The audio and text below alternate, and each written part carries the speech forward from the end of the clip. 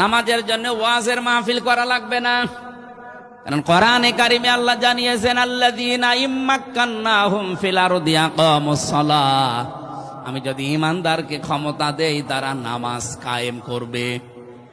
যদিও কালকে আমার ফলোর আছে, আমি আশা করছি কাল 7 মিনিট সময় পাবো।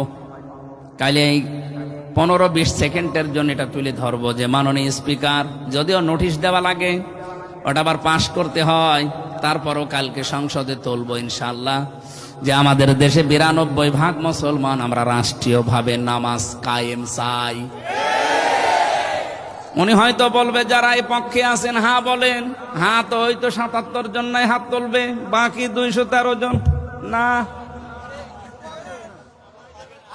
ভেতরে ভেতরে আমি কাজ করেছি, এই 211 জনের ভেতরেও কিছু কিছু মানুষ বলেছে হুজুর তোলেন, আমরাও আছি।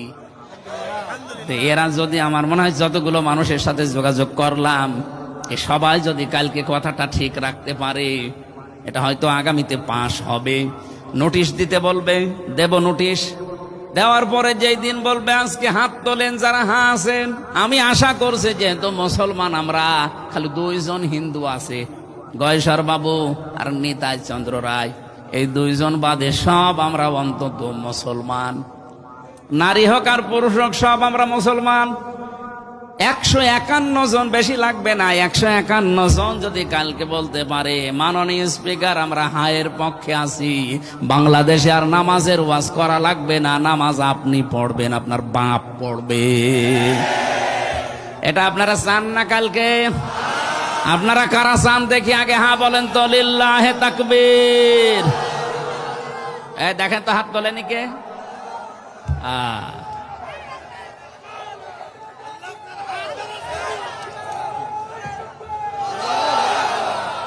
যাক, সাতক্ষীরায় নামাজ পাশ হয়ে গেল। আগে পাশ আছে, আপনাদের তো সাতক্ষীরার 4 জনই মনে হয় জামাত ইসলামের, না 4 জন? আলহামদুলিল্লাহ, এই 4 জন তো অন্তত কালকে আমার পক্ষে আছে। যশোরে আছে 6 জনের 5 জন, আর একজন আছে ও ভাই আমাদের পক্ষে ইনশাল্লাহ। এরকম যা যা ভেতরে ভেতরে মিলিয়েছি, প্রায় আমি 150 জনের সাথে যোগাযোগ করেছি, তার ভেতরে 100 জন বলেছে হ্যাঁ আসি। আমরা তো 77 জন, আর 100 জন যদি কথা ঠিক রাখে, আশা করছি কালকে একটা চমক হবে।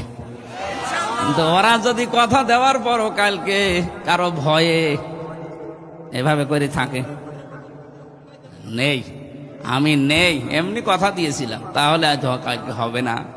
আশা করছি তারা কথা ঠিক রাখবে ইনশাআল্লাহ।